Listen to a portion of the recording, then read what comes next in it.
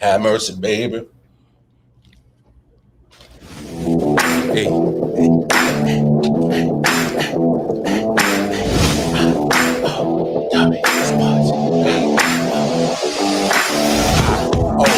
I.O.W. Sports. Hey. I.O.W. Sports. Hey. I.O.W. Sports. Hey. It's I.W. Sports. What up, world? What's up, everybody? It's your boy, Come on in the building. Black Baba Watch is here. You got that guy. Oh, my God. You about to bang on Yes, really? We got guests. We got guests. We ain't got time for your time for that. Yeah, you ain't Ric Flair trying to jump up in here with your theme music. Woo! All right. No, thank you everybody for joining in on another episode of I.O.W. Sports. Man, we got a lot to get through, but we're gonna get straight and jump into today's episode. As you can see, we got a full panel today, and I've gathered all these gentlemen in together because we all have one thing in common. We all love football, and we all love to talk about it. All right. So starting with you, Mr. Darren Smith, go ahead and introduce yourself and where people can find you at, Mr. Darren. Well, my name is Darren Smith. I'm located here in Kansas City. I cover the Kansas City Chiefs for Sports Radio 810 WHB and KLKC Fox Sports Radio here in Kansas City.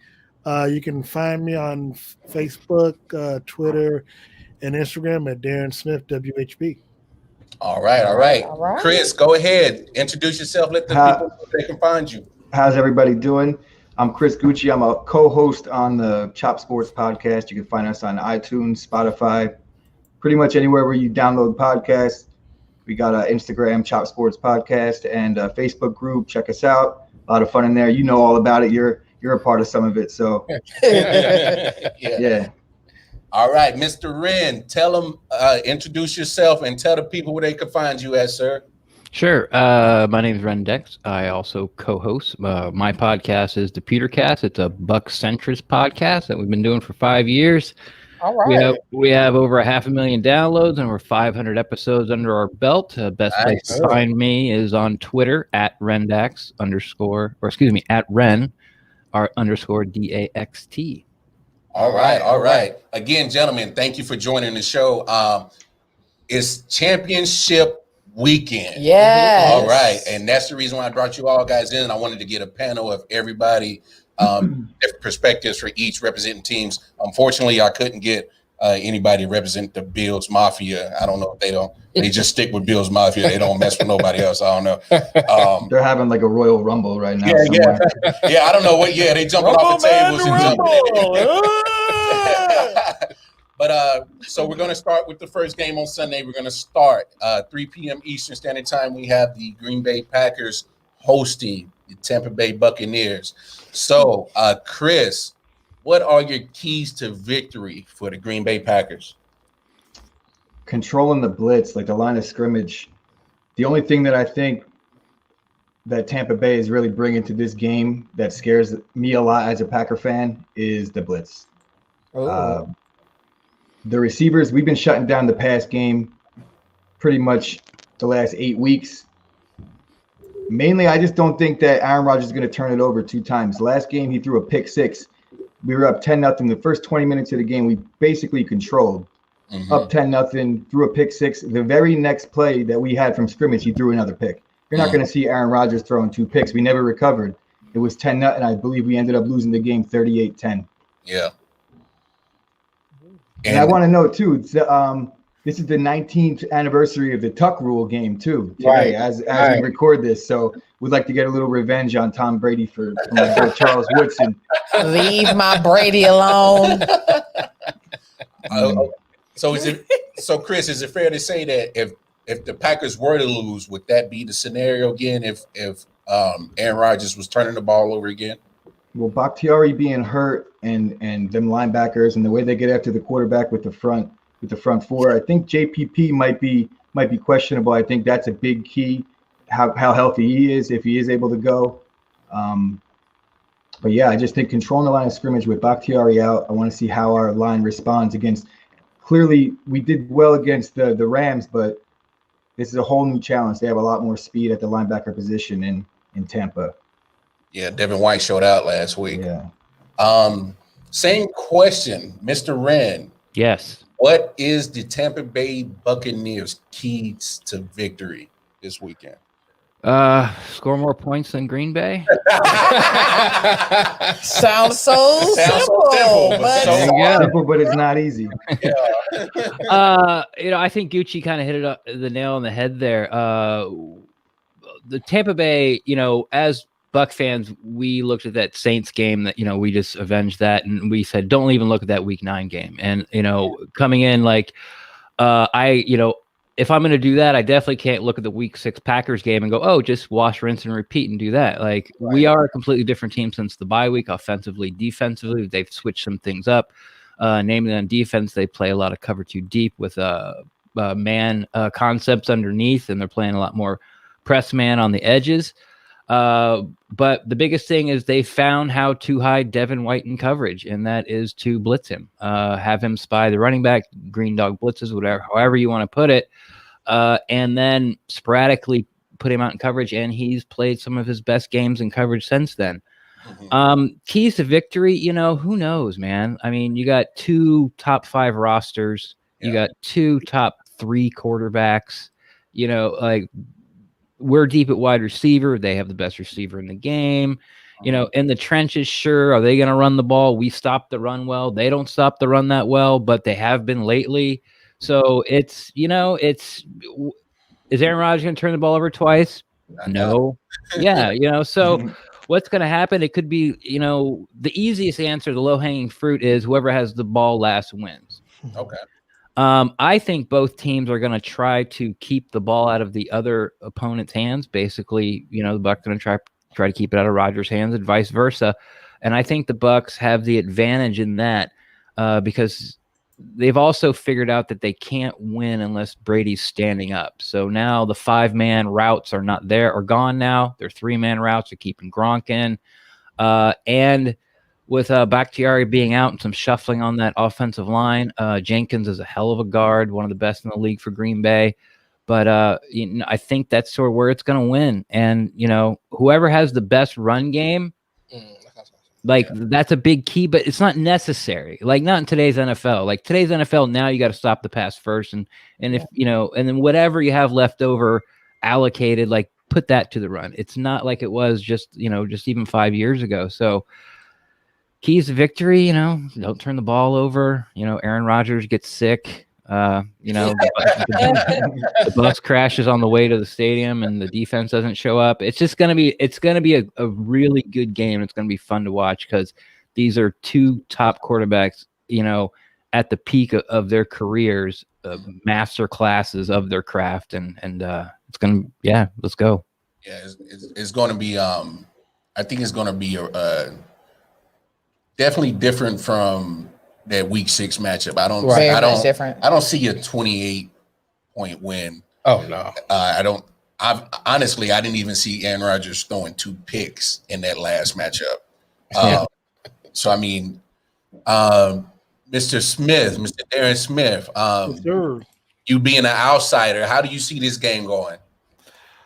Well, for most people who know me back in Kansas City, my Super Bowl prediction actually back in April was Chiefs versus Tampa Bay. So, so first and foremost, I have Tampa Bay winning on Sunday. The key for me is that you almost have to have a repeat performance of what the Bucs did last week against the Saints. You have to pressure Aaron Rodgers, and you got to do it with your front four.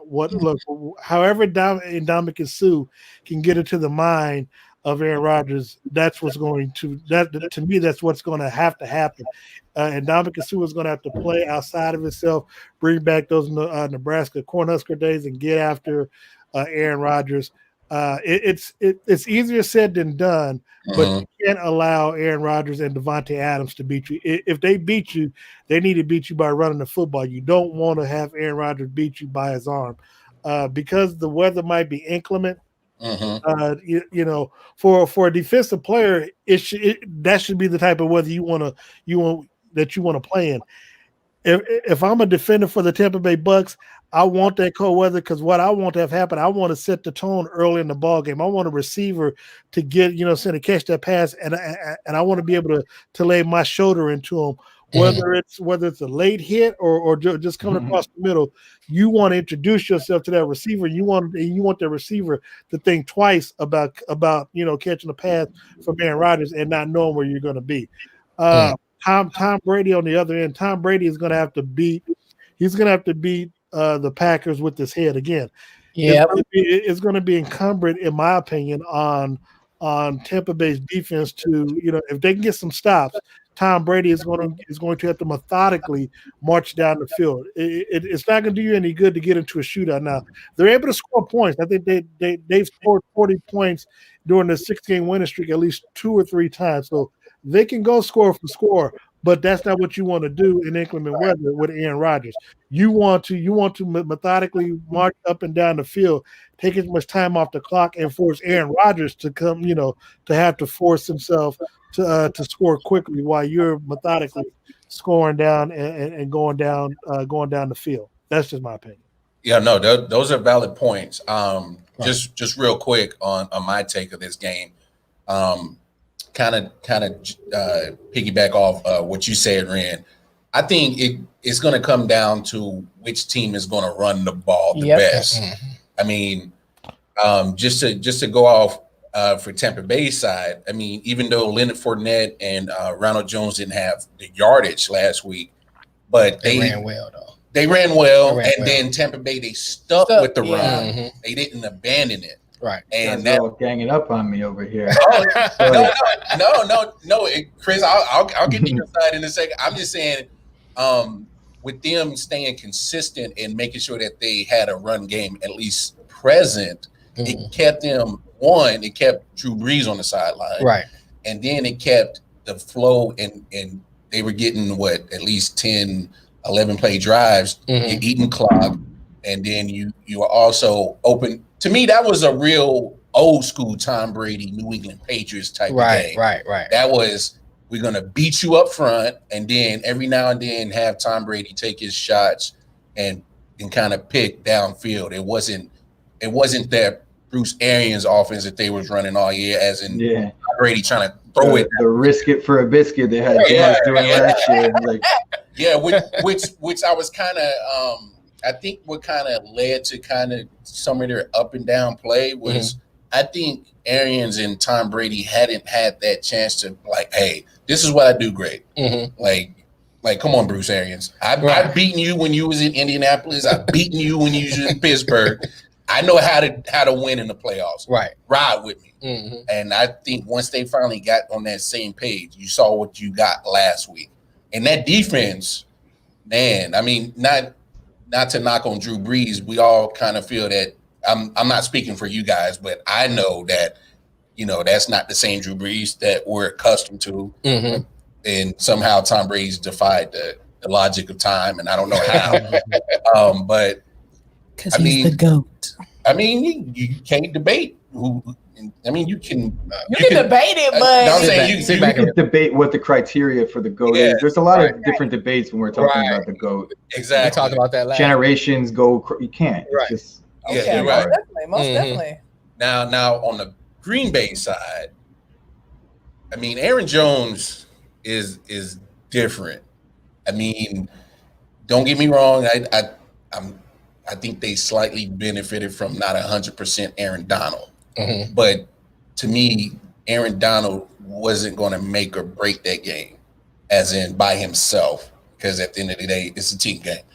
But, I mean, when you got Aaron Jones going off for almost 100 yards on 14 carries and a touchdown, and not only that, he's also a threat catching the ball.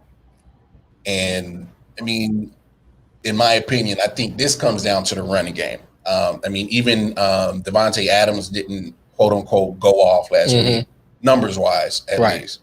So, I mean, if I'm Tampa Bay, I'm not letting Devontae Adams go off, period. Absolutely.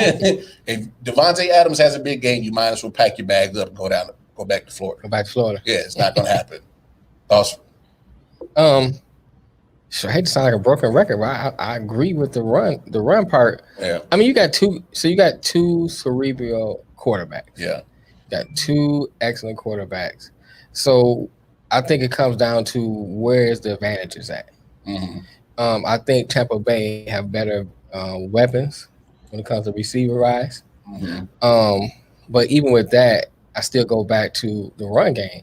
You know, if Tampa Bay can control the clock and keep Aaron Rodgers on the sideline, they got a better chance. And in the rush, you look at the last game they played. I know you can't compare a game, you know, because that was a while back. But the frustrated look on Aaron Rodgers' face in that Week 6 matchup. In that Week 6, yeah. If they can reproduce that, you know what I'm saying? That's their key to victory. Hey, look, we said it before: is you can get a win, but to do it twice is hard, especially against a great quarterback like Aaron Rodgers. Yeah, it is. It's hard to frustrate a guy. But I'm saying, but the way to beat anybody is beat them in their mind. Yeah, and I think if they can frustrate him, like they did in Week 6, I think they can win. And on the Green Bay side, same thing. Crazy with Tom Brady. If he's on his back all the time, you know, Tom Brady, the way to beat him, I always say, you rush him, put him on his back, hit him. Yeah, but the only problem is Brady has always perfected getting the ball out of his hands. My thing is with Green Bay, not just getting to him, but actually taking him down. Right, that's what I meant. I get you. Yeah. But even if he might get it off just a half a second before you get there, hit him. Right. I mean, any great quarterback, whether it's Brady, Rodgers, Mahomes, you can go down the line. Right. It always works the same. You got to put them on their butt. You got to frustrate them. And so I think I went Green Bay. Went Green Bay? I know Chris There we go. Yeah. Welcome aboard. I think I took Green Bay. You took Green Bay? I'm pretty sure I took Green Bay. Yeah. Because I already said, because I said I'm going Aaron. So, you know. Jamel? I took Tampa Bay. Oh, you went Tampa? I got to go with the Michigan man. Yeah. Mr. Wren, I think it's safe to assume you're going Buccaneers on this one. Oh, yeah. Buccaneers are going to win by 78 points. No, yeah, of course we're going Buccaneers. It doesn't matter. We're a fan podcast. I've gone into games against, Green Bay in past years, and it's like, well, if Jameis doesn't throw interceptions and the offensive line doesn't allow any sacks, and the secondary plays better than they've ever played in their whole entire lives, and we get 2 turnovers, then we'll win. Bucks by 5, and we roll into Sunday and we lose by 16. And it's like, oh, okay. Yeah, well, that was in the ballpark. Well, first of all, that was crab legs. That was right. Jameis. This is a different quarterback back there. A whole different quarterback. I think that there's a big thing no one's mentioning is the Packers secondary. The biggest thing to disrupting Brady's thing, he gets the ball out quick, but if you could press the receivers and disrupt the routes, then they're not where they're supposed to be early in the progression, and that's when he has problems, when they're not there. And the Packers corners are definitely physical. Jair has been playing lights out. Kevin King is finally healthy, big 6'3". He could kind of match up with the Mike Evans body. That's my key. Everyone's talking about the run. I think that our secondary is what is really going to force them to run and be one-dimensional. And when it comes down to Aaron Rodgers is the MVP this season. He's just playing on a different level, and I think that's what really the difference is. You want to talk Tom Brady, Aaron Rodgers. At this point, it's not close. Career, it's definitely a discussion, but right now, Aaron Rodgers is on a different level. I got you. Okay. Mr. Smith, how you see this going? Oh, I got, again, like I said, I had Tampa in the Super Bowl, so I've got Tampa win this game. I think it's going to go down to the wire. Both of these games will, and I believe Tampa Bay, when it's all said and done, they'll win it. They'll probably win it. Oh, no. It's going 31-28. Waited 20 years for Tom Brady in the playoffs, and I can't go out like that. Right. No, that's the best of them. Hey, it does. It does. Either way how it goes, I don't have a dog in this race. Me neither. A dog in this fight, however the saying goes. I got dog enough. Neither one of us do right now. Yeah, being a Lions fan is kind of hard. Okay, move on. My fault, sir. Anyway, It's an awesome matchup. You get two top of the line quarterbacks, Right. And I think you're gonna get probably a last possession type of game on this situation. So let's flip over to the AFC Championship game. Flip it. All right. We're going to start with you, Mr. Darren Smith, who's going to be our voice of the Kansas City Chiefs. What are your keys to victory for the Chiefs?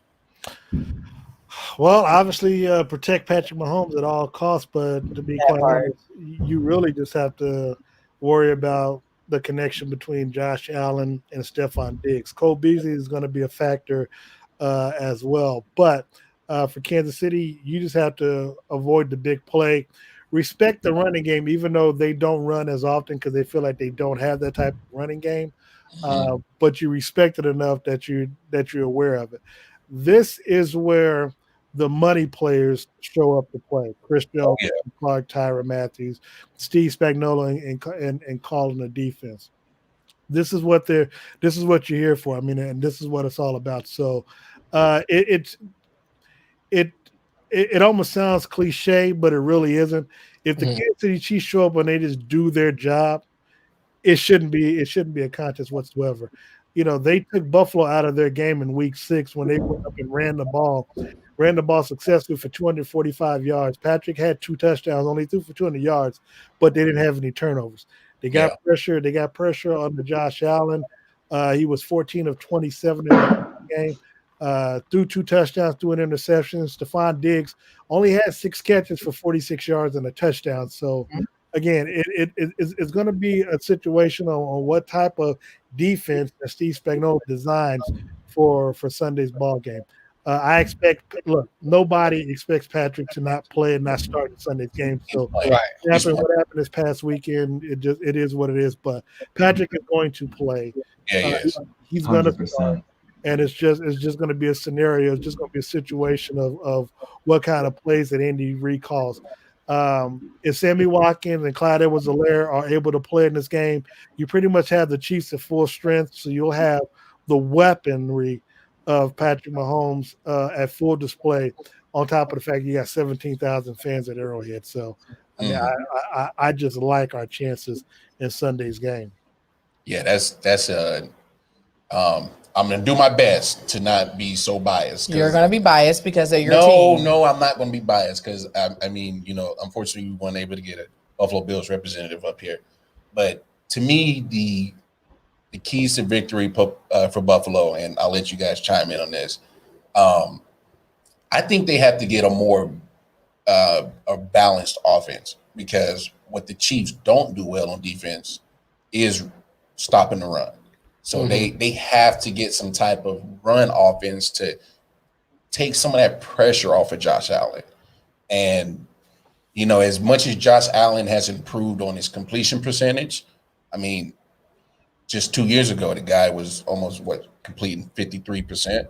And then he went to 59%. Right. And he's almost at 70 now. Right. I'm not saying that, you know, kudos to the improvement, but you know, when the pressure gets high, this is an AFC Championship game. You know, pressure either makes diamonds or bursts pipes. So this is Josh Allen's moment to prove that he is one of those elite quarterbacks. This is his moment to show that he can be one of the top quarterbacks. But you can't put all the weight on him. Last game in week 6 against the Chiefs, he was their leading rusher. That can't be the same scenario in this situation. They have to establish a running game. Right. I mean, it's obvious. To me, it's hanging fruit right there. You know, as much as the Chiefs defense did well on stopping Kareem Hunt and Nick Chubb last week, you know, you knew what you had to do against the Browns. Right. But here, when you got a more pass-happy offense in the Buffalo Bills, you know, to me, you got to throw that curveball in there and establish the run. You at least try your best to get as balanced as possible. And if you get a lead, you're going to have to run. Right. You got to keep PM 15 on the sideline. I don't, and I'm with you, Darren. He's playing. Oh, yeah, he's right? playing. Oh, So that's Buffalo get Buffalo defense don't even bother trying to game plan for Chad Henne. It's not happening. All right, it's not. So focus on trying to help your defense out by getting a more balanced offense. Right. Because if you just sit there and think that you're going to try to have a shootout with Josh Allen You're not against Patrick Mahomes, good luck. You're not going to succeed. I think that on paper, the Chiefs have a better team. Here's his analytics. Yeah, Mr. Analytics. But I think the key is Josh Allen. He has to play smart. You know, he gonna have to like be patient, play smart, and then once they establish the run, get creative, bootlegs, bubble screen, stuff like that. Because I think that right there keeps the defense guessing. Yeah, roll out and bootleg. He got a big arm, so I think once he established that run, it opens up more things. But you got to play smart. You can't be forcing it, stuff like that. I didn't think Josh Allen had a great game last week. I don't either. He was overthrowing receivers by like 20 yards. That's what I'm saying. He has to relax, play smart, and just take his time. And take his shots when he have them. Be patient. And just be patient. I think if he does that, they have a good chance to win. This game is definitely going to be, like you said, Lamar, it's going to be a balanced game, but Buffalo is going to have to take every advantage that they can. They are going to, and I love the season that Buffalo's had. I've said it all season long. Every chance that they have, they're going to have to make the most of it. They have no room to slack whatsoever during this game because the Chiefs are coming hard. They've been coming hard since last year. So if they see that opportunity, just saying, if they see that, if they find that opportunity, that one little hole that the Chiefs may have, and they don't take it, they're not going to succeed in this game. So you're pretty much saying no opportunities missed. None. Well, I got you. Gucci Mane, Chris, how you see this game going, bro? You guys are saying that you don't see the Bills being able to win a shootout. I think that's the only way they win, and it's really just not likely either way. But I don't see them really turning this into a rugged game against Kansas City. I don't know. I've been picking Kansas City all season long. Buffalo doesn't really, outside of the Diggs Allen connection. I know Beasley, but before this season, Beasley really wasn't much. He's having a great year. I can't deny him of that, but just for whatever reason, I've had a personal debate with somebody that I know about Randall Cobb and Beasley for years. So I just have a personal vendetta against him. But just the Patrick Mahomes isn't really that banged up. I think that's wolf tickets by Kansas City, as much as they're trying to, he's practicing 3 days deep into concussion protocol. Yeah. The foot injury is a thing. He's not running, but really quarterbacks don't really practice like that anyway. So I don't really think that's much of a factor. When it comes Sunday, they shoot him up with some Toradol or whatever it is they give these guys. I think he's going to be fine. Yeah, he's playing. Before we get to you, Mr. Wren, Mr. Smith, touch on. We all know about the concussion part or the concussion protocol, him being in it. I was more worried about his toe. Is there any information you can give on his actual toe injury? Yeah, according to Andy, in yesterday's presser that we had, his toe is fine. It's just it was a matter of someone's. He said someone stepped on it. Now we never saw any footage of it, but he said he's fine. He took all the snaps yesterday and today, so his toe was fine. I mean, literally, his toe was an issue early in the ball game, but when everybody thought he had a concussion and he ran up the tunnel, if his toe was hurting, he wouldn't have been able to run, or if he had a concussion, he wouldn't have been able to run. Right. I actually had a question too about the concussion situation. I was reading things that it was more like a blood choke than it was an actual impact thing. Correct. I take jujitsu, or I took jujitsu. It used to take me like 6 seconds to get choked out. He got choked out in like 1 second. That was the case. Everybody's different, but you got to understand his body was contorted in whiplash was more of a whiplash than anything. Yeah. So and really, it was just a situation where his equilibrium got knocked off because he could have returned in the ball game, but from a partner who broke the news, There was one question in the protocol that he wasn't able to answer correct. He answered like 5 out of 6 correct. Had he answered all 6 correct, they would have allowed him to come back into the ball game. So Got you. I'm gonna tell you, he's fine. Yeah. Okay. Oh yeah, he's playing. Mr. Wren, let's go ahead and give your take on this AFC Championship game. Well, it's funny how I talked about, being a Bucs fan and trying to talk myself into wins, and it just kind of sounds like that's what we're doing with Buffalo. Well, if they don't miss any opportunities and Josh Allen throws 6 touchdowns, like, you might win. Buffalo hasn't run the ball in the playoffs. They completely abandoned it, last week. So yeah, Kansas City's soft point is their run defense, but it doesn't matter. When the rubber hits the road, what's Josh Allen's going to do? He's going to run or he's going to throw to Diggs. Like, that's it. That's all he's got right now. They have lots of what's that saying go? The sum of their parts is better than their individual pieces. They got a defense. The only thing they really can do is just play cover 2 real deep and make Patrick Mahomes dink and dunk and get 5 yards and try to stretch the game out and limit possessions. Kind of like what I said, what I think both teams are going to do in the Bucs-Packers game. Darren's right. If the Chiefs show up and do their job, because when the rubber hits the road, he can give it to Hilaire, or he can throw it to Kelsey, or he can give it to Watkins, or he can give it to Cheetah, or there's just so many more options there. And this is one of those games. And then you look at, if you think the roster is even comparable, a lot of people like to go, okay, well then look at the quarterback. And look, last year Josh Allen was a bust. He was. Rookie year is terrible. Second year, people are like, oh God, and then this year, great job for developing him. Great job at the way they're scheming him. But you got an NFL MVP and a Super Bowl champion and a Super Bowl MVP against a guy who was thinking about getting, if didn't have a good year this year, Buffalo's probably drafting a quarterback. True. So, a lot of things got to line up for Buffalo to win this game. Can it happen? Of course it can happen. But Sunday. Yeah, everyone will be shocked if it does. Let's face it. We put the Chiefs in the Super Bowl. Well, yeah, okay. Everyone that's not delusional. All of us put the Chiefs in the Super Bowl week 1. Right. We did. Right. And here they are, and they're going to do it. Yeah.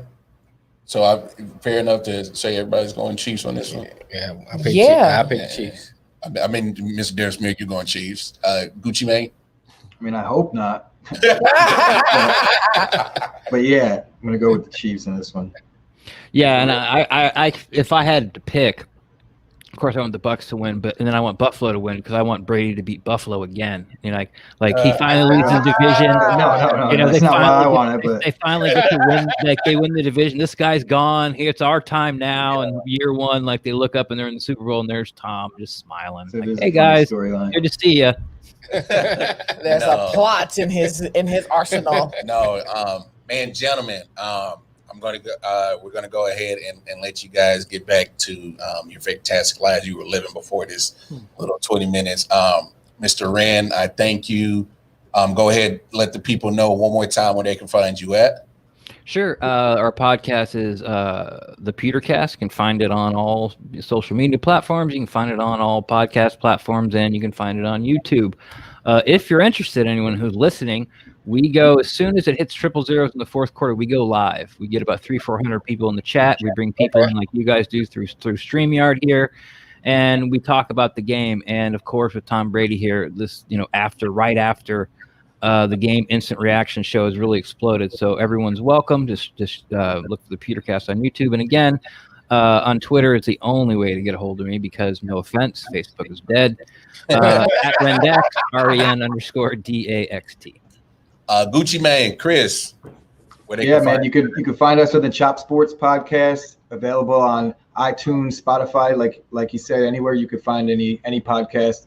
And he said Facebook is dead, but I don't believe in that, man. Our Facebook group is live right now, so check us out on Facebook, Chop Sports. Check us out on Instagram, the Chop Sports Podcast. Twitter is soon to come. Bear with me on that, and a YouTube page. Look out for that in the future. And thanks for having me, guys. It's been a pleasure. Appreciate you, man. Appreciate you. Mr. Darren Smith, one more time where the people can find you at. Yeah, they can find me off of Facebook, Instagram, and Twitter at Darren Smith WHB. You can listen to me if you're in the Kansas City area, obviously 94.5 FM, 1510 AM. Otherwise, you can go to 1510.com Monday through Friday, 3 to 4 p.m. Central. I'll be headed to Tampa Bay, whether the Chiefs win or lose. They cover the Super Bowl, and we'll be on Radio Row all week. So, I It's amazing. simulcast all my shows, so you'll be able to catch it on there on Facebook and Twitter as well. So, Nice. thank you so much for having me on, and I appreciate you. Thank you, No, guys. no, Thank you. No, most definitely. Mr. Smith, Gucci Mane, and Mr. Wren, we greatly appreciate you guys Very much on so. the show. Hold on. And before I go, whether Okay. Chiefs Packers or Chiefs Bucks, this is staying with us this year. Oh, it's named after. It's named after. I'll put that out there. It's named after him though, so it's coming back home, baby. It's coming back home. I like right. that. I like that. Hey, gentlemen, y'all all We all got ours. We got 7. Who's we? No. Oh my God. I mean, just Who's just we? I mean, just for the Tom sake Brady and the Buccaneers. Oh, all right. of it, I'm with you, Darren. It's coming back to KCMO. But again, Technical difficulties. yeah. I feel like there's some technical difference, a little staticky. Hey, but I again, can't hear them gentlemen, anymore. Again, Can't hear gentlemen, them. Hey, Salute. man, it's been fun. Appreciate Yes, y'all. thank you guys so Great, much. guys. Thank y'all. you. Thank you so much. Thank you. Man, what a I'm at a loss for words because I don't know if anybody has ever been paying attention to our show, but if you have been, like, that was probably That's made And that those that those was three. That's major to have, for us. not only to have other fellow podcasters on, but I watched Mr. Darren Smith, of course, being Yeah. a Chiefs fan, and he's one of those media personnel that are behind the scenes. So that was big to have him on the show. I'm gonna thank them again later on. But in other sideline to sideline news, Sideline. the coaching vacancies are coming far and few between. I think the Texans are the only Yes. NFL team right now without a head coach. Right. Not sure how that is how that's going to play out. They reluctantly finally interviewed Eric Bieniemy. Of course, they just hired another Nick Casario, another former Patriot guy that finds their way into Houston. But your team, Melly Mel, Yeah. Right. y'all got Dan Campbell. How do you feel about that? What are you looking forward to with Dan? That was a colorful It was, a wasn't it? colorful introduction. Right. I know that Detroit's made up of great people, Of course. some really good people. All right. This community is strong. This place has been kicked, it's been battered, it's been bruised. And I can sit up here and give you coach speak all day long. I can give you, hey, we're going to win this many games. I can't, none of that matters. And you guys don't want to hear it anyway. You've had enough of that shit. So excuse my language. All right. Here's what I do know is that this team is going to take on the identity of this city. All right. And the city's been down and it found a way to get up. All right. It's found a way to overcome adversity. All right. And so this team's going to be built on, we're going to kick you in the teeth. All right. And when you punch us back, we're going to smile at you. And when you knock us down, we're going to get up. And on the way up, we're going to bite a kneecap off. All right now. We're going to stand up. And then it's going to take 2 more shots to knock us down. So I'm laughing because By the kneecap. I'm laughing because Yeah, that was only a piece of it. Man Down Podcast says Dan Campbell gonna be trash. Dang. I mean, Well, I'm doing my commentary. hey, no. I mean, Shut us down before we get started. Right. I don't your man down. I mean, No, but but nah, how you feel, bro? Yeah, this is your team. I'm kind of torn. You know what I'm saying? Like, he won 5 games when he was the interim coach for Miami. He didn't do too bad as interim coach. Yeah, he didn't do too bad, but it's hard to judge him off being an interim coach. Mm-hmm. It's just hard for me to say what it's gonna be. You know, tough guy. I think he can change the culture. You know, I think the key really to see the complete staff and see how him and the GM works together. Mm-hmm. I think him by itself is not going to be the answer. I mean, I know a lot of people brought up he didn't call plays, but if we do like a Mike Brable type of approach, I think he might be able to work something out. It's really just hard to say right now. I'm like I said, I'm at the what we was talking about the show earlier, a wait and see kind of stage right now. Just wait and see what goes on, see what he puts together. Do you feel that he would have the potential to rebuild the Lions? I know you're waiting and seeing, and I know what his record is, but I think he has the potential to change the culture. Okay. I will say that on a Man Down podcast, they said they had that type of team when Sue was on their D line. Ooh. Yeah. Now that was a great defense.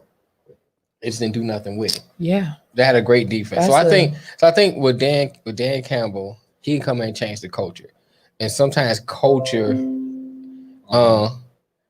is one thing that can help build a championship mindset. Yeah. You know, so I think start with the culture first. And if he can put together a great coaching staff, if he can put together great players to go with it, I think he need to revamp a lot of the positions there because, you know, Patricia played a certain type of defense. And so he drafted players for that certain type of defense to plug in that defense. And as you see, that didn't work. Yeah. You know what I'm saying? It failed. And it didn't work. So now you stuck with players that only like I don't know why I can never remember his name. A man from Miami, out of the University of Miami. Hawaii, University of Hawaii. Who was it? I can't think of his name. Was he a coach or a player? No, I'm talking about the linebacker that they drafted. Oh, I can't remember his name. Yeah, like you know, need to get rid of him. They get rid of Jared Davis. Now he has improved a little bit, but it would have been 4 years now. How long does a development project last? You know what I'm saying? No, I feel you. You need to get rid of him. I think you can build around Flowers, but use Flowers as a type of player that he is. He's a run stopper. Yeah. He stuffs the hole. He's not gonna get you the sacks. He sets the edge. Right. You know, a lot of people look at, he didn't have, that's not his game. Yeah. You know what I'm saying? So build around him, and then maybe I don't know if Akuda gonna develop. That's hard to tell. So they got a lot of questions. You got questions with Galladay. Mm-hmm.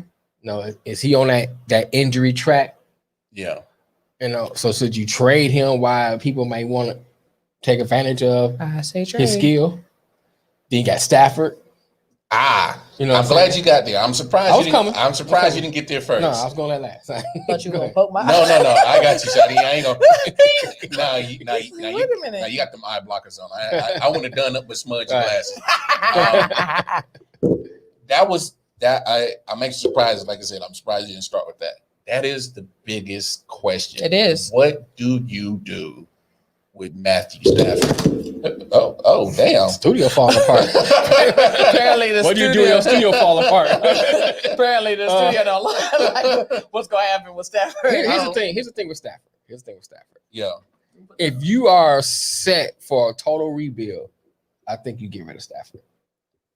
I mean, I think it's fair to Stafford because you kept him around so long. He gave you all he could. Yeah. You know what I'm saying? And you couldn't get it. Then you gonna try to put him through another rebuild. That's not fair to him. Yeah, you're right. I mean, I know the people gonna say it's a business and all that stuff, but I think that sometimes you have to look at somebody. At one time, loyalty has to at least pay for something. I mean, you know, work. I mean, mean something. Yeah. You know what I'm saying? So I think that trust me, I don't want to see him go, but get rid of Stafford. Mm-hmm. That's money that you can clear off. Allocate to somewhere else. All right, allocate to something else. Maybe you can get draft picks for him. You know, you're not gonna get a 1. That's okay. A 2 max. Saying that's okay. I'm saying around 2 pick max. Yeah, you know what I'm saying. You get 1. I gotta get more than 1 draft. Well, yes, but I'm just saying if you're getting a quarterback that's for one, he's He's been getting beat up in Detroit. Right. Um, okay. Before you go there, I'm a team. yeah. If my team, I know I got a good line. I know I can keep him upright. Right. All right. So I'm not. His arm talent's there. Yeah. So I'm not worried about him getting beat up on that sense. Gotcha. You know what I'm saying? I can't really tell what his body is doing. But as far as me keeping him upright and not him getting hit, yeah. If I'm a team with a good line, I'm not concerned about that. Yeah. So his arms talent's still there. Oh yeah, his arm. You know what I'm saying? Did you see that no look pass he threw against Tennessee? Oh yeah. That was nasty. You know what I'm saying? So it's still there. Yeah. Oh yeah. You know, right scheme. I give you that. Put him in the right scheme, right line, and the right opportunity. Whoever they can be the favorite to win the Super Bowl, depending on where he goes. I would honestly, you know where I can see him going. The Rams can use him. Oh well, yeah, because we had this the conversation on Monday with Jay. Right. Shout out Man Down Podcast. Right. Shout out Man Down. Who has been commentating via YouTube.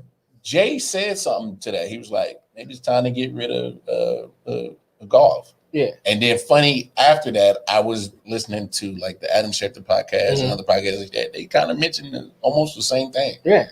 I mean, San Francisco can use him. Is it too quick to move off at Jimmy G? Man, Jimmy getting hurt too much now. He is. You know what I'm saying? But I'm just saying. Here's my thing. Business wise, I think about this. Business wise, yeah. I'm thinking about this. This is how I'm looking at it. But if you go record wise, he gets more wins with the San Francisco 49ers get more wins with Jimmy G there. Yeah, but I agree with that. But he's hurt. And stuff, But that's thing. gonna be You that's have a to liability now. Yeah, so you playing the odds when you got players in this situation. Mm-hmm. And those odds are, is he on this path of reoccurring injury? Yeah. Then you hold out 2-3 years and you get nothing from him. Where at the point he is now, you may be able to get good trade value out of him and get something from him. He's worth something. Yeah. You know what I'm saying? Versus you wait 2 or 3 years when everybody's saying he's always hurt and he's washed he's up. worth nothing. Nothing. You know what I'm saying? So you always, I think you always teetering on that when you get a player in that situation. So for me, I look at, hey man, trade him, get rid of him, bring in Stafford. Yeah. And you back in that winning conversation. You in that Super Bowl conversation. I got you. You know what I'm saying? Especially come out the NFC. But I mean, Dan Campbell, just because the original topic, right? The hire of Dan Campbell. I mean, we'll just have to wait and see. You have to wait and see. I mean, him being an interim coach for a few games in Miami doesn't give you a good sample size of what kind of. I mean, going off his introduction speech, it was kind of all over the place. It was kinda. It was all over the place. There's not a kinda in there. It was interesting. It was entertaining. It entertaining, yes, but that press conference doesn't make a team. It doesn't make wins. It doesn't do none of that. So locker rooms take I want to say that locker rooms, if they're with your coach, take on your coach personality. Yes, his personality. So now, judging that, that's why I said earlier, he can probably spark a winning culture. I mean, he spark a winning culture. He was a tight end coach in New Orleans, but he's been part of a winning culture. Right, but can he translate that culture into wins? Well, that's what I'm saying. And that's the point. Yeah. That's the problem right there. Then looking at the press conference, it's like, everybody is not good with speaking in front of people. So I don't want to judge him on that. Yeah. But I always tell you first impressions are last impression. Yeah. And like when you first meet somebody, you gonna form an idea in your head of what they're about. Yeah. So my suggestion would have been, hey, before you go to this press conference, practice what you're gonna say. Yeah. Polish it up a little bit. Because that was all. I think that was all emotions. Like emotion off the cuff. That was all emotions, just off the top of the head. And if it wasn't off the cuff, you had something prepared. That makes it worse. But that's the thing. If somebody wrote that for him, that's the thing. They need to file that Insert swear word here. Insert a hum here. Insert a there. Cuss word here. I'm a mighty kneecap there. Right. Show angry face there. Yeah. But as a message, I liked it.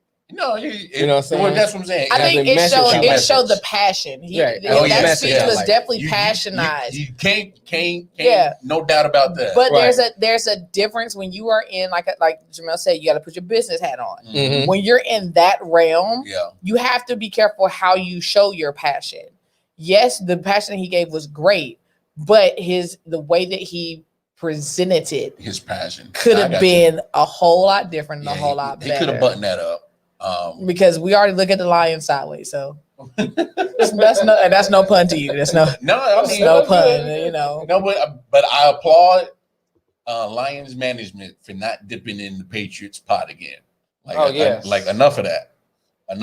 Like, why y'all hating on my boys? No, because it's like it's because the Lions and the Texans are, to me, are both. Oh, and they are, but they are both habitual franchises that keep trying to recreate what happened in New England. But we also know that they're also missing the biggest pieces that what happened in New England. Thank you. That's exactly what I was going to say. And we've said that several times that, you've got all these people that have come up underneath Belichick, and they're not able to hold, whether they're players or coaches, when they leave Belichick's leadership. So it's time for these teams to have their own identity, create their own culture, make sure that they're able to hold and make a name for themselves. Belichick has made a name for himself. Brady has made a name for himself outside of Belichick. He proved that this season. You're right. You know what I'm saying? So you've got to be able to build a brand identity of your own for yourself. Yeah, you're right. So you got to look outside the pot. And if you've been doing the same thing for years, why keep doing it if you're failing? Because apparently you're failing. At some point, it's just insanity. You're failing, so you got to move on. You got to move on. It's just insanity. But in other coaching news, the Philadelphia Eagles found their coach today. They hired former coach, offensive coordinator Nick Sirianni, who was the OC for Frank Wright, but Frank Wright was the former OC quarterback coach in Philly.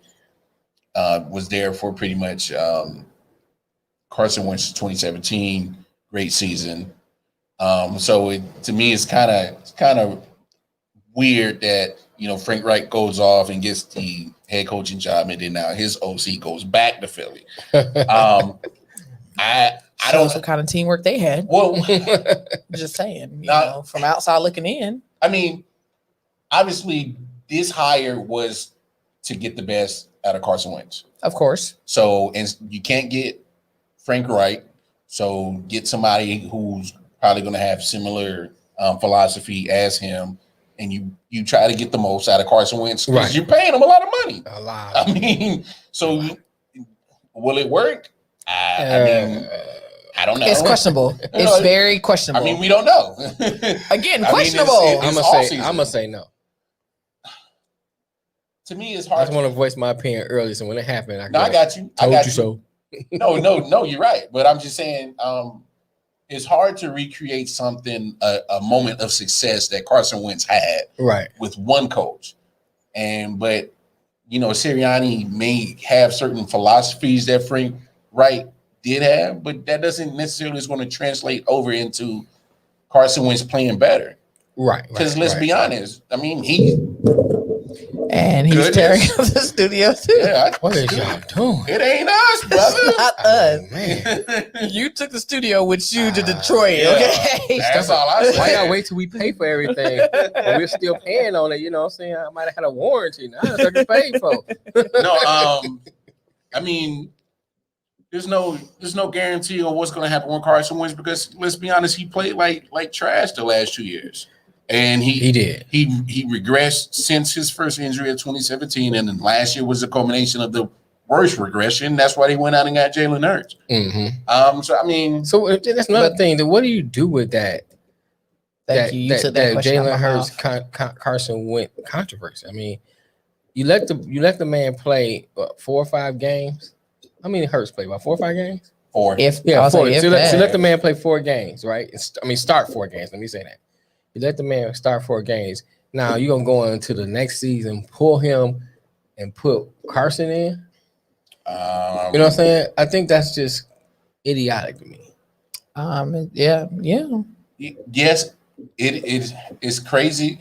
Honestly, Sirianni, that's just going to be his number one thing to worry about. as what is he going to do at quarterback position? That's obvious. Do you come in the door and say it's Carson's job, or do you create a competition? Me personally, if I'm Sirianni, I say I got to find the best guy for the job. It has to be a competition. If Carson Wentz was the guy, he wouldn't have got benched. Yeah, if he was the guy. That. But Peterson benched him, not Sirianni. Yeah, but look at what he played. Look at how he played. Right. Whether it's Sirianni or whether it was Doug Peterson, Carson Wentz got benched because he played like trash. Okay. So I mean, you got it. In my opinion, there's no other option but to do an open competition. And once you get the open competition and you finally land on who's going to be your quarterback, then address that situation on what you do with who's out or who's in. Right. If Jalen Hurts wins the competition, I mean, Wentz already made it known that he doesn't want to be a backup. But I think he also did that so he can get rid of Peterson. That's just my theory. But maybe you can go out and trade him before the trade deadline and see what you can get for Wentz.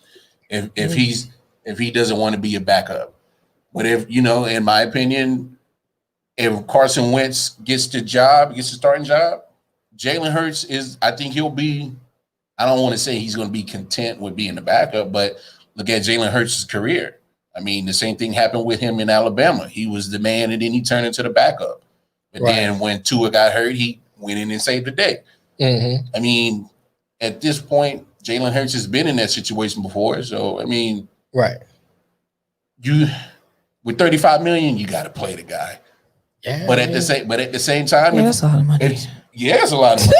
But if Jalen Hurts is the better guy, you gotta go with the better guy. I mean, you gotta go what's best for the team. And I understand you got a lot invested in Carson Wentz, and it's hard. It's gonna be hard to get rid of him. Yeah, because of that money. It's gonna be damn hard. It's gonna be damn near impossible. So I do like how women do us. Oh, I'll make that nigga quit. Oh my god! So speaking of quarterbacks, your boy Dwayne Haskins, Mr. Stripper Man. I love him. I love the strippers. I'm in love with a stripper. She ride. He found his new home. I saw that with the Pittsburgh Steelers. The who? Pittsburgh Steelers. So really? Yeah. You sure? Yeah, it was Pittsburgh Steelers. You sure? Yeah. Are we positive on this? I'm positive. What? Wait a minute. Okay, I'm gonna sip my tea. Positive. What about Ben? I mean, honestly, I don't think it's not too bad of a move. I think it's a good move, but I mean, the same question. It's the same question. What's going on with Ben? I don't know, bro. Haskins learned his lesson. I guess that's the biggest question right there. No. Has he learned his lesson? No. To be able to come in? Because here's the thing. I don't think Haskins is total garbage. I think there's a potential there, even though I do state that Ohio State don't produce good quarterbacks, but that's another story. But anyway, it's another sports edition show. So that's for another show. But I think if he get his head together, study film, do things he need to do to be a good quarterback, then he can be a good backup. Starter, I don't think he'd be a good starter. I mean, I think the signing of the Steelers getting Dwayne Haskins was to be that transition after being maybe. I mean, look, are we all in agreement he won't be starting for the Steelers next year? Yeah. Okay, so we're all in agreement for that. So that'd be a dumb move. But this is what I'm saying. It comes down to in the NFL that you have your starter. Cool. Mm-hmm. We know who your starter is. But as we've seen with the 49ers, as we've seen with the Cowboys, moments with the Chiefs. Cowgirls. There's that possibility your starter's going to go down. I mean, you have to have a comparable backup. You do, and I think as a business move, this is a great move because if the starter does go down, then you have, a very good chance of keeping the same kind of record. Continuity. Yeah, Things like that. but at the same time, my worry is, okay, Him being that knucklehead again. yeah, and your starter doesn't go down, and you don't get the time to play and do everything that needs to be done. Are you going to be able to hold up to what your name has already built? That's going to be the question, because like we said, with COVID, when people have been just sitting back, they're not showing the same enthusiasm. They're And urgency, being losing. urgent. Yeah. Right. We said, as much as I hate Cam, we said that showed perfectly throughout his career this year. You know what I'm saying? With things hitting, not being able to practice as much, not being able to play as much. It showed in his game. It showed in a lot of players' game this season. Yeah, but this one was self-inflicted. Yeah. That's why we So- said the dumb move. If I got a comment. I got a comment. Who commented? What? Man down. Here we go. They said said Philly as a whole played bad. Wentz had bad and good moments, but for the money that they paying him, he got to do better when facing adversity. So I agree, and that's why I told him. I said I agree, but Wentz said like what he said last year, and I'm just paraphrasing. He's not going to make changes. Or he's not going to make adjustments. He's always going to be aggressive. He already said that. I'm going to be aggressive. Yeah. I'm not going to change what I'm doing. That's what I am. So with Wentz, you got what you got. Yeah. And I don't think that's why it's hard for me to make him the starter. You got to go out there and compete for your job against Jalen. But that's what I'm saying. Yeah. I'm just answering that. But I'm cool with making it an open competition. Yeah, I'm with you on that. But if Jalen wins, can't sit $35 million on the bench. No, you can't. You cannot. That's what my point is. That's what my worry is. That's your conundrum. I got you. That's too much money to be. What are you gonna do? Because here's the thing. Okay, here's the thing, and this is just throwing it out there. Yeah, I'm not saying it's right or wrong, but here's the thing: you put $35 million out there, but $35 million gives you $2. You know what I'm saying? No, I get what you $2 play. Yeah, I got you. You know what I'm saying? I got you. I'm gonna be mad as hell. So then, but you got Jalen, who may give you a $35 million play, and he actually is costing the team $2. Right. Not figuratively. Right, figuratively. But he costing you $2. He's on a rookie contract. He paying $35 million play. I got you. You know what I'm saying? So they flip flopping. But what do you do? But we said this when they fired Doug Peterson. It now comes down to Carson Wentz. Yeah, we said that. It has to be. You had a problem, right? The offense was trash. The team wasn't winning. Now that you got rid of one half, right, and you kept one, that other half that you kept has to show that it wasn't him. Right. To me, this is Carson Wentz's job to win or lose. Okay. This comes down to him. Right. You got rid of Doug Peterson. Right. At this point, there's no more excuses. There's no more, I can't put the blame on nobody else on why we're not succeeding offensively. Right. This is now either put up or shut up time for Carson Wentz, but to flip it to what we're talking about with Dwayne Haskins, he's this is a low risk, high reward type of situation. Okay. Because signing him is going to be for cheap. Oh, yeah. I mean, not only that, he's trying to pay his bills. But I mean, look at the upside. He's 23. Say, nigga, I ain't got this contract and bought this house and bought this Benz. Yeah, I know. Niggas gonna get rid of it. I still got this bill. Nigga. But I'm saying, like, he's 23. He's still young. Got these baby mamas. That's still young. He's young. He came in the league at 21 and got in his rookie year. He played. He played this past season. Yeah. And now he's 23. Like, to me, he's still a baby. If it's done right, right, particularly on his end of the deal, and stop the knucklehead shit. Yeah, that's his key, man. I think if he stopped the he can make a career. I'm gonna say that if he stopped that knucklehead stuff, but he can have a decent career in the NFL. In Pittsburgh. Well, I'm saying in general. I mean, look at Charlie Batch. Yeah, Charlie Batch was on Pittsburgh you forgot he's on there.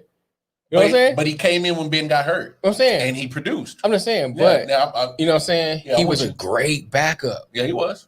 Didn't do enough for the Lions, but he's a great backup. Great backup. No one ever does anything for the Lions. But look, first of all, name a great starting quarterback for the Lions that actually But don't say Scott Mitchell. Don't you do what? I would never say Scott Mitchell. Don't you do that. Scott Mitchell he was a flash in the pan. Then Miami. I think the Lions are smart. I mean, Dan Orlovsky might be your guy. Shout out to Dan. No, Gary Danielson was a decent quarterback. I can give you that. You know what I'm saying? I can actually give you that one. Stafford about the best one they had. Unless you go back to Bobby Lane. You know what I'm saying? I wouldn't allow to see him play. Yeah, you reach deep. You know what I'm just saying? Yeah. I mean, Eric Hipple was garbage. I mean, oof. It's been rough.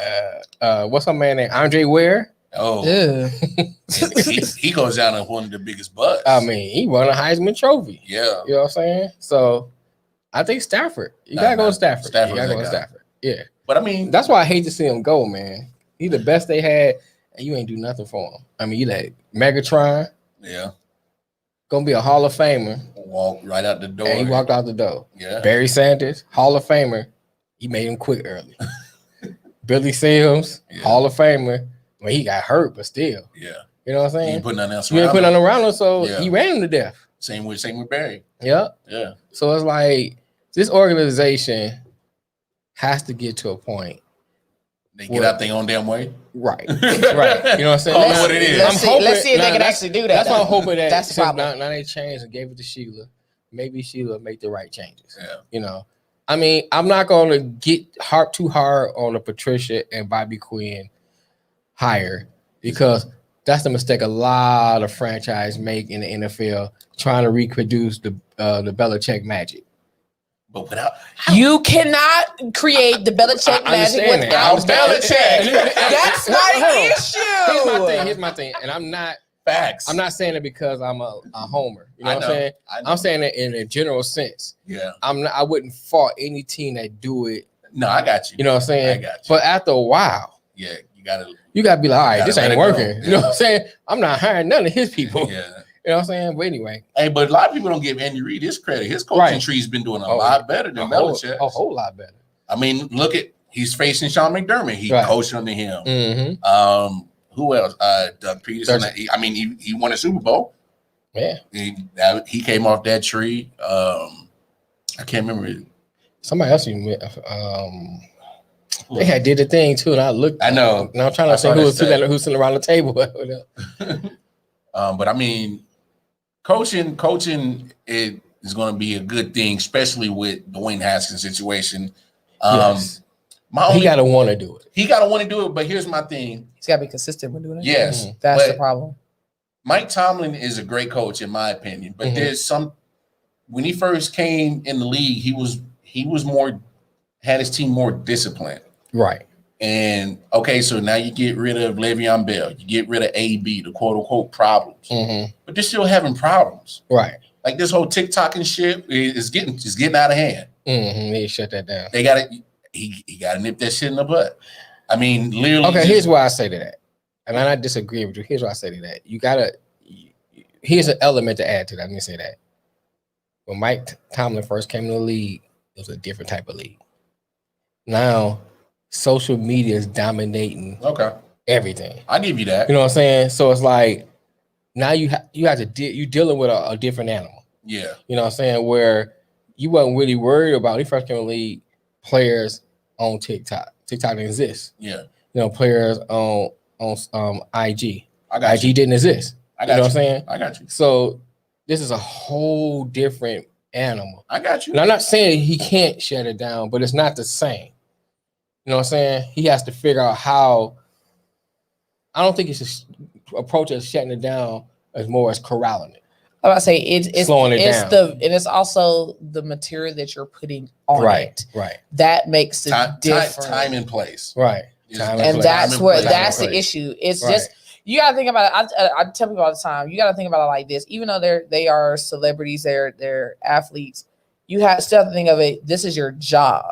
So if you're posting crazy nonsense or if you're doing stupid tomfoolery stuff, then you're putting your job at jeopardy, because I guarantee you in their contracts, there is something about social media like any other job. Yeah. So you have to be mindful of that stuff because yes, the publicists and everybody going to tell you all publicity is good publicity. No, it's not. you can use it and flip it to be good publicity. But if you're doing all this crazy nonsense on TikTok, which they are, I've seen some of it and I've swiped right on up past it.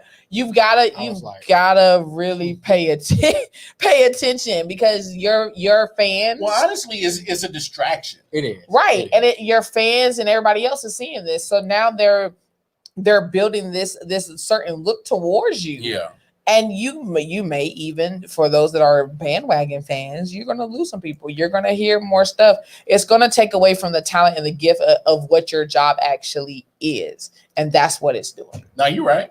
I mean, I think once Tomlin gets better hold on this little TikTok situation, actually get back to the standard, like he likes to say. Right. That's the word right there. Because The standard. This TikTok shit is not the Pittsburgh standard. Right. And year after year, they keep getting brought up as one of the elite teams, but when it comes to the end of the road, they keep failing. Right. Because of certain distractions like this. And I think once he cleans that up, it'll make a more conducive environment for Dwayne Haskins. Because right now, I think if you add Dwayne Haskins to this whole TikTok shit this year, he'd been buck wild. Oh, it'd have been crazy. It'd have been. He'd have been on TikTok himself. It'd have been nuts with strippers. Yeah, I love them strippers. Yeah, I love strippers. What? Lap dancing. see how it jumps on you. Man, but before we wrap it up, let's jump into a quick. Speaking of wrap it up, make sure you wrap it up to when you get that strip club. Okay, go ahead. I mean, what? I'm not. No. No. You haven't been no strip club? No. Do not Anyway, entertain him. Yeah, let's go above the rim real quick. Talk a little NBA talk. Good segue. Strip club above the rim. I like that.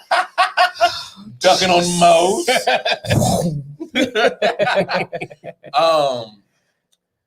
I saw some of the highlights. I wasn't able to actually watch the game because I don't get a lot of Cleveland Cavaliers in this area.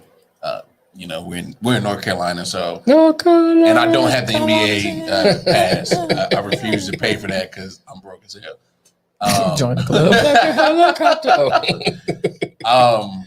But the big three finally debuted. Kyrie came back. Kyrie, James Harden, and KD all was on the same court at the same time. And they debut got spoiled by the old Colin Sexton. Hey, Sexton was getting off. Yeah. Hey, I never seen Colin Sexton play like this. Like that dude, he looked possessed. That nigga's like, oh, you think the world's flat, nigga? Check this out. How about this corner? How about this round ball in your eye? He's going to be a problem. He's about to be a major problem. And if he does it more consistently, yes. Yeah, that's the key. Because I've seen Colin Sexton have, solid games, solid performances, but not like this. Not like last night. Like he looked possessed and just wanted to just. Oh, before we went to basketball, we forgot to mention Phillip Rivers. How did we forget about move past that? Phillip Rivers retiring, Hall of Famer. Let's just jump on over real quick. Hall of Famer. Yes, I think Phillip Rivers had a good career. Yeah, he didn't get to the Super Bowl, but he was a great quarterback. When you played the Chargers, you thought you had to go and play. It wasn't like you was playing like a sorry team. You was like, that's a hell. I mean, that's a win. You know what I'm saying? You knew you was in for a fight. He had some good teams. I just hate. See, only thing I hate, and I'm bringing this part up too. I hate to see great quarterbacks go to another team and they end badly. Yeah. Though you can argue that the Colts season wasn't a bad season. No, it was. They made the playoffs. So you can argue that it wasn't a bad season, but then you got to add nuances there. You're doing a COVID-19 season. They added an extra team to the playoffs.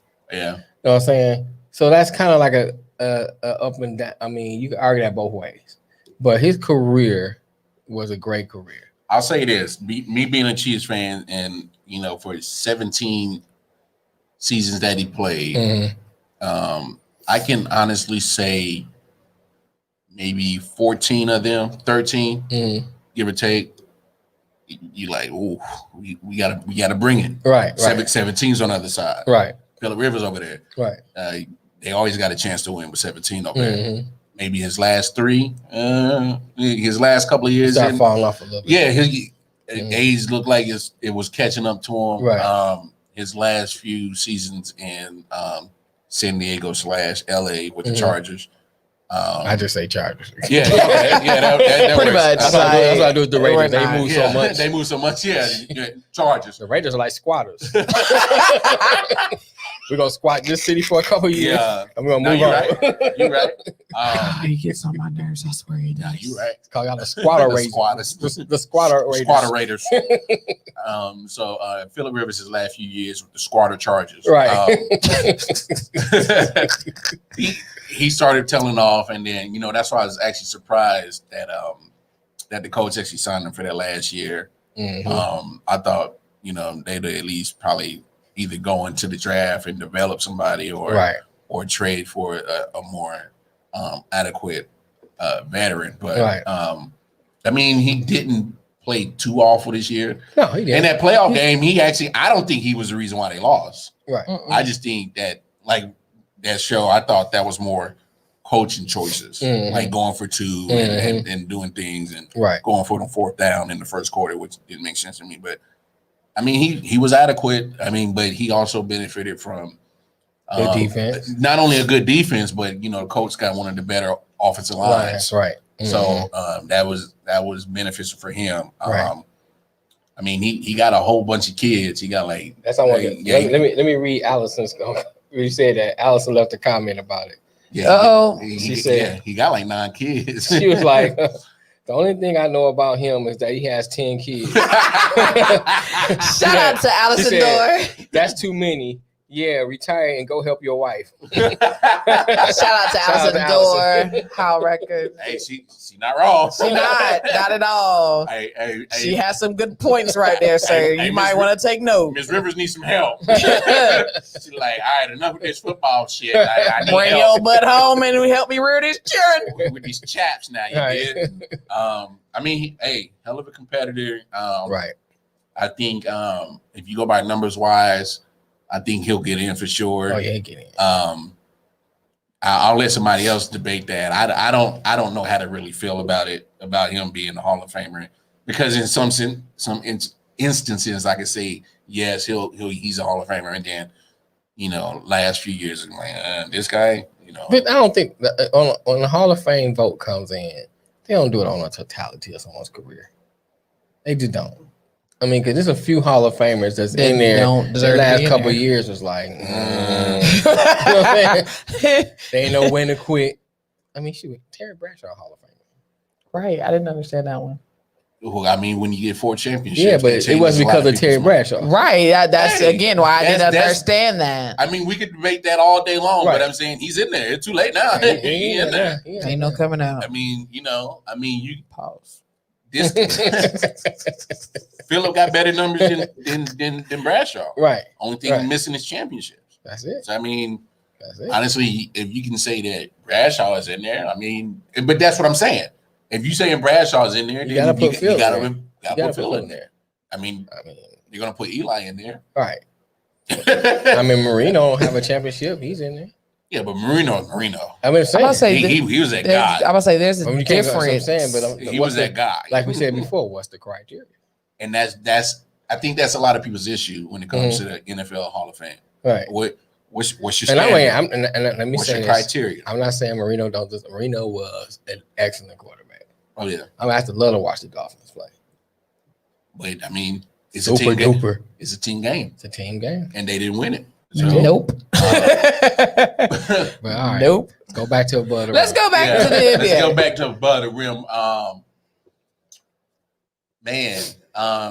I know we had Melvin Wall on here from the Man Down podcast, who's he's a big basketball guy. He is. Shout out to him. That was a great show. Yeah. Oh yeah. Appreciate it, Melvin. He and Jay. Yeah. Oh yeah, hey Jay. Yeah. Just kind of what Mel was saying is actually starting to Actually show. Yeah, it's starting to just show into reality with the Nets. Okay. I mean, first of all, you get all three on the court at the same time. So there's going to be growing pains. There's going to be trying to figure out how to play with one another and bring it all together. I mean, looking at the stats, and I'm not trying to base their performance off just the stats. I mean, because unfortunately, I didn't see the game. They're gonna need some defense somewhere. Major. I was waiting for you to say it. I mean, I was waiting. That's why I was blurring so hard. Like, who does that anymore? But that seems to be that seems to be the issue in every sport we talk about. Where is the defense? They're great offensive players. They can, like we said, that there's going to be those growing pains. They're learning each other right now. So I expect for their stats to go up as the season goes on. But my two concerns are working them too hard, overworking them. I mean, I can't even finish my statement because of him. All right, so we know there's one basketball. Right. Yeah. Kyrie took 28 shots. Yeah. James Harden took 14. KD took 25. I mean, there's got to be some balance somewhere. And that's what I mean by working them too hard. Now, we're all in agreement. This is KD's team, right? Yeah. I'm not mad. We are. In fact, they are. Okay. But that's we are. That's where the issue's gonna be at. Are they gonna have this fight for power over whose team is who is what's gonna be what? He's taking 28 shots. Look, he took more shots than KD. And here's the thing. And shout out to RB the Breakdown. I was watching him, and he was talking about how Kyrie didn't want Harden to come there. KD did. Yeah. So now you think about that in the context of what you said. You're like, okay, he here. I'm still gonna get mine. Yeah. Keep on shooting. You know what I'm saying? So my thing is that they're gonna have to figure out a way to work together, or shoot, I would have to trade them. I mean, and not to blow up nobody's spot, but I mean, Harding had a triple-double. Yep. I mean, 21 points, 12 assists, right? 10 boards. I mean, that's a good stat line. I mean, even KD threw 8 assists in. Right. I mean, you get a better passer with Harden. You're a better passer than Kyrie. Well, obviously, Kyrie. I mean, Kyrie might have got him in handles. He can get to the basket. Yeah, but he's a point guard. So can Harden.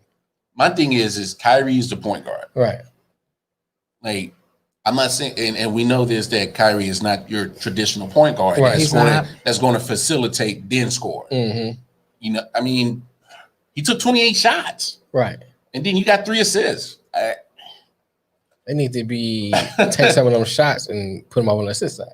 That's what I'm saying. Like you had to me, if he can get his mind around being a point guard and not a scorer. Point guard first, score second. Yeah. Because you already know, okay, he gonna get hit. He can get his anytime. Yes. So then, if you get everybody else in the game, if they cold, then you go in and take over. Yeah. You know what I'm saying? That's a better strategy if your goal is to win a championship. If your goal is for people to come see you, somebody's got to have to sacrifice something.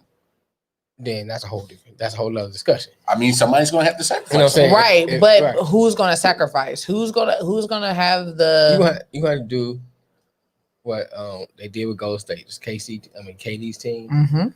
All right, so everything's gonna run through him. Yeah. In my opinion, yeah. That's how you got it. And that's how they all the three of them have to. Is Kyrie going to be okay with being a third guy? And then sit down and over a White Castle's burger have a discussion. Hey, look, pass the ketchup, nigga. We need to, figure out what we're gonna do. Let me get on 5 sliders. And while we're doing that, you know what I'm saying? This is KD's team. Then we're gonna divert to Harden next. Yeah. No, I'm with you on that. And Kyrie, you general. Facilitate and then go get yours once they get theirs. And they can come up with that strategy. They good. And stick to it. And play defense. But that's going to be your problem right there. And play defense. Sticking to it. Pause. Because I knew it was coming from you. Oh, my goodness. I wasn't saying that time. Go ahead. You got to be also ready when it comes to you. But I also wanted, since we're on NBA, NBA is now looking at a lot of postpones, the Wizards and the Bucks game, due to health and safety protocols. Yeah. So I'm glad you brought that up, because they also just implemented that they're going to put, I guess, security to separate teams at the pregame. Yeah, they've been doing a lot in the postgame. Now, so answer me this. So what's the difference between them dapping it up pre and post game than actually in the game? I thought the same thing. Where they got to guard each other and sweating on each other. I would say, they're more at risk during the game. Because think about this. You in the game, you're gonna be screaming and hollering. And now spit flying. There's no mask. Sweat going everywhere. And you bump against a player. You got to guard a guy. And you're using your respiratory system, so you're putting that. You know what I'm saying? So my thing is, what's the point of that? Why are we not? Are they not playing? Did I miss the memo? Are we not playing in the bubble this year? You might as well cancel the game. It's all pageantry. That's all it is.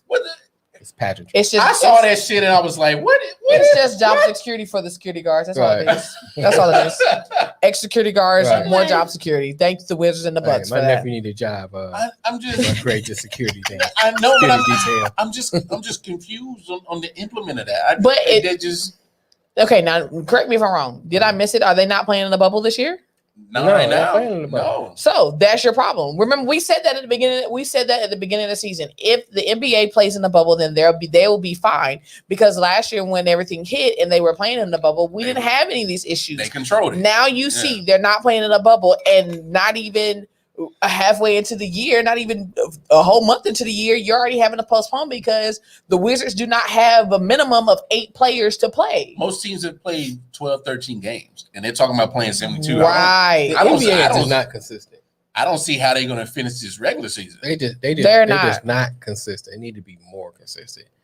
Like you said about that issue, then they postponing players who only have 7 players, but you let Philadelphia play. Yeah, I mean, it's just like it's no consistency. It's all over the place, up and down. They need to get some consistency. You played the bubble one year, next year you're not playing the bubble. I mean, come on. I don't know, man. But the wisest thing would have been to play in the bubble because, like we said, we're still in a pandemic. You see how it is with the NFL, how many games they had to cancel, how many times they had to. They've been canceling games left and right, and that's the problem. So why put my business hat on, taking my sports fan hat off?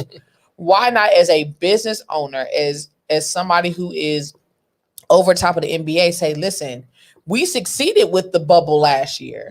I watched the NFL season. I see that they're not succeeding. The Patriots had to postpone. This team had to postpone. Cam was out. Whatever the case may be. Right. Why are you putting your players at jeopardy? Like, that doesn't make sense. They're already at jeopardy because, like we said, they're coming in close contact with each other. There's no way they're staying 6 feet apart from each other because you can't guard anybody like that. They're already using their respiratory system, which means they're breathing harder. Their pores and everything is open up, so they're more susceptible to this disease. I don't get it. I just don't get. Is there a different exposure rate or something between? Is there some knowledge that we don't know? Is there some factors of life that they're getting and we're not getting as the general public? Can we get Dr. Fauci to call in? Phone numbers across the bottom of the screen. You can't get it playing the game, but dapping, that'll get you. I mean, is there a rate because their body has cooled down and it's starting to settle? Like, I don't understand. That dap is spreaded like a mother. It's dapping is a super spreader. Handshaking is. I mean, hey, don't be dapping me. Man. Don't you touch me? You got that Rona. I mean, trying to get that Rona up in here. I'm just confused as hell at that implement of that. You're confused. I'm confused. We're all confused. I'm a pepper. She's a pepper. But we'll see how the rest of the season goes. Let's see how many more games they have to cancel. Let's see if they have to even recancel. I think for me, my biggest thing is going to seeing how it for this game with the Wizard and Bucks in particular, is the Wizard does not have enough players. So once their players do come back, I am very. I want to see how they're going to react because, like I said, with the NFL, this is a respiratory infection, and football uses respiratory. All sports use respiratory. They do, but I'm thinking about how much more they're running up and down that court. I got you. So yeah, you're right. I want to see how their players. Because in NFL, you at least get a break in between plays. You're a break, or if offense is up there, defense is resting. Yeah. You're not getting that opportunity for your body to rest. You are going. I used to play. I was baseline and power forward in basketball. Listen, that's why I'm too fat now to play. I'm gonna have to take a break somewhere. But like, you have to. Where is your value? We talked about it on. Stay tuned for Friday's show. On the I.O.W. network podcast, that one. Yeah. We talked about it when it came to everything else. Where is your concern for the people? Yeah.